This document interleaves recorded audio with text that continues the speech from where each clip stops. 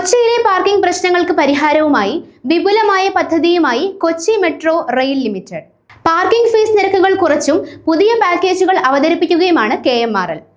ചില സ്റ്റേഷനുകളിൽ ഇതിനോടകം നടപ്പാക്കിയ സ്മാർട്ട് പാർക്കിംഗ് സംവിധാനം കൂടുതൽ ജനകീയമാക്കാനാണ് അധികൃതരുടെ നീക്കം.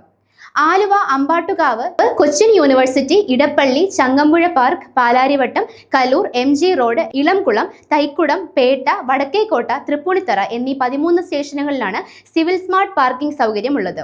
കമ്പനിപ്പടി, ടൗൺ ഹാൾ, മഹാരാജാസ് എന്നിവ ഒഴികെയുള്ള മറ്റ് മെട്രോ സ്റ്റേഷനുകളിൽ പാർക്കിംഗ് സൗകര്യം ഒരുക്കുമെന്നും മെട്രോ അധികൃതർ പറയുന്നു. 4 വീലർ, 3 വീലർ വാഹനങ്ങൾക്ക് 2 മണിക്കൂറിന് 15 രൂപയുമാക്കി പാർക്കിംഗ് ഫീസ് പുതുക്കാനാണ് നിശ്ചയിച്ചിരിക്കുന്നത്. ഇരുചക്ര വാഹനങ്ങൾക്ക് 5 രൂപയും ഈടാക്കും.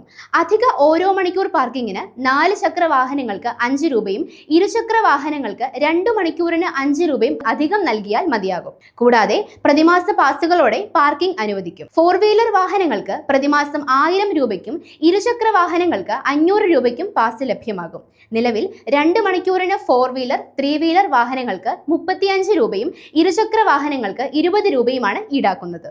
മെട്രോ യാത്രക്കാർക്കും യാത്രികർ അല്ലാത്തവർക്കും വ്യത്യസ്ത നിരക്കുകളാണ് നിലവിൽ ഈടാക്കുന്നത്. മെട്രോ യാത്രക്കാർക്ക് പാർക്കിംഗ് നിരക്കുകൾ കുറവാണ്.